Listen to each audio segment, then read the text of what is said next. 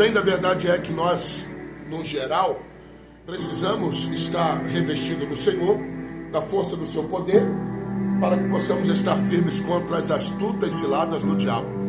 Mas não é uma tarefa fácil, dado a correria do dia a dia de hoje. Então, a única forma de termos imunidade espiritual, estarmos autoimune a todo tipo de mazela, para que possamos ser protegidos por Deus em relação a dardo inflamado, que está relacionado à nossa saúde, setras malignas, a nossa mente.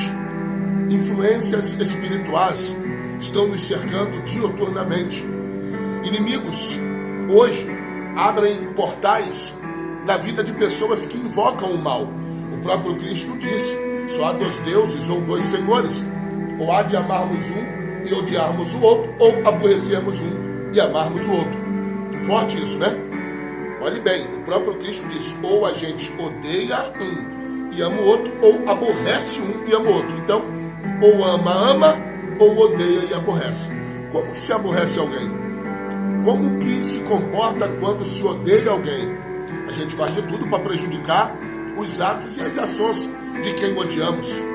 E como que se aborrece? A gente está sempre mostrando uma forma diferente da forma que aquele que a gente está aborrecendo está mostrando.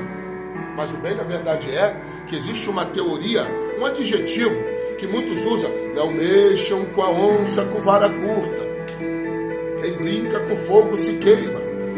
Quem pede chuva tem que aguentar a lama. Aí, por conta disso, as pessoas estão receiosas, com medo de atacar o mal. Já não fazem mais orações odiando e aborrecendo Satanás. Já não vão mais para a rua preocupadas em aborrecer e odiar Satanás. Aí criou-se uma nova ideologia, o carisma. Hoje está em alta, nunca esteve tanto em alta o carisma, porque o caráter hoje está em baixa, porque ter caráter é aborrecer, é odiar, é falar o que a pessoa não quer ouvir, mas o que ela precisa ouvir, é colocar na mesa a sua opinião. Olha, opinião não se aceita, se respeita. Eu posso respeitar a sua opinião, mas eu não aceito, porque a Bíblia diz diferente, a vontade de Deus é diferente, o mover de Deus é diferente, o agir de Deus é diferente. Quando a gente se expõe dessa forma, a gente perde amizade, a gente acaba perdendo o carisma, a atenção de algumas pessoas, ou da maioria, assim por dizer. Por quê? Porque as pessoas estão apenas querendo ouvir o que massagiam o seu ego, aquilo que as agradam. Bem, a verdade é que nós só colhemos o que plantamos. Para que possamos ter imunidade espiritual, devemos plantar, como diz a Bíblia, frutos dignos de arrependimento. Ora, a própria ciência, que tanto perseguiu e atacou a palavra de Deus, hoje se rendeu para a mesma ao afirmar, na totalidade, a ciência do mundo, que a Bíblia é o único livro mais certo, que tudo que está escrito está se cumprindo e que, de fato, gera resultado na vida de quem aplica isso a eles. Tanto é que os cientistas que acreditavam apenas em pesquisas, hoje indicam que todo ser humano deve se apegar a alguma religião. Tremendo, né? Mas vamos lá. Então, como que nós vamos se defender, se proteger? Porque se devemos odiar e aborrecer o nosso adversário, então nós vamos, nada mais, nada menos, imitar a Jesus. Isso está em Epístola de João 2,6. Aquele que diz que está em Jesus deve de andar como ele andou. Paulo disse assim: sede meus imitadores, assim como eu sou de Cristo.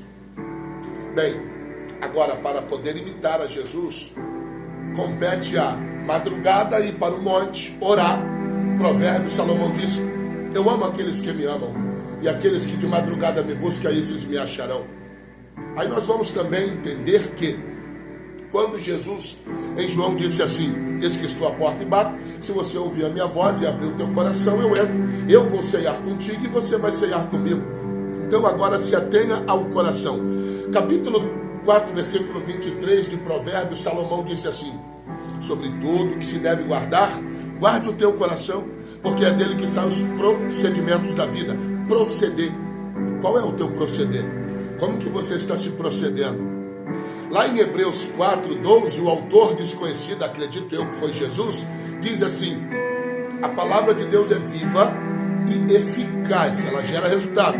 Ela é mais cortante do que qualquer espada de dois gumes, ao ponto de dividir a nossa alma do nosso espírito, as nossas juntas das nossas medulas, e apta para discernir propósitos e pensamentos do coração.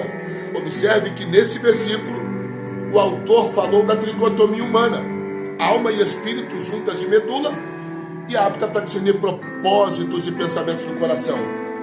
Na tricotomia humana, nós temos as faculdades de cada parte.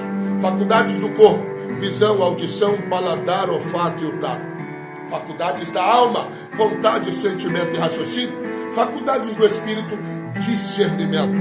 Você contou? São 9. Lembra quando Paulo disse: buscai com zelo os melhores dons? Primeiro dom da fé. Sem fé é impossível agradar a Deus, diz a Bíblia. Mas muitos estão se baseando em fé, quando na verdade a Bíblia diz: tu crê no Senhor teu Deus, tu faz bem. Até o diabo crê e se estremece. Mas mostre-me a tua fé sem as tuas obras, que eu lhe mostrarei as minhas obras com a minha fé. A fé sem obras é morta. Sério ou não é?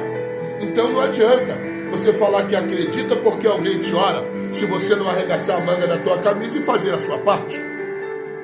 Fé sem obras é morta. A Bíblia, ela sempre vai nos dar a luz. Lá em Coríntios está escrito assim: se os nossos olhos forem bons, todo o nosso corpo será luz. Se os nossos olhos forem maus, todo o nosso corpo será treva.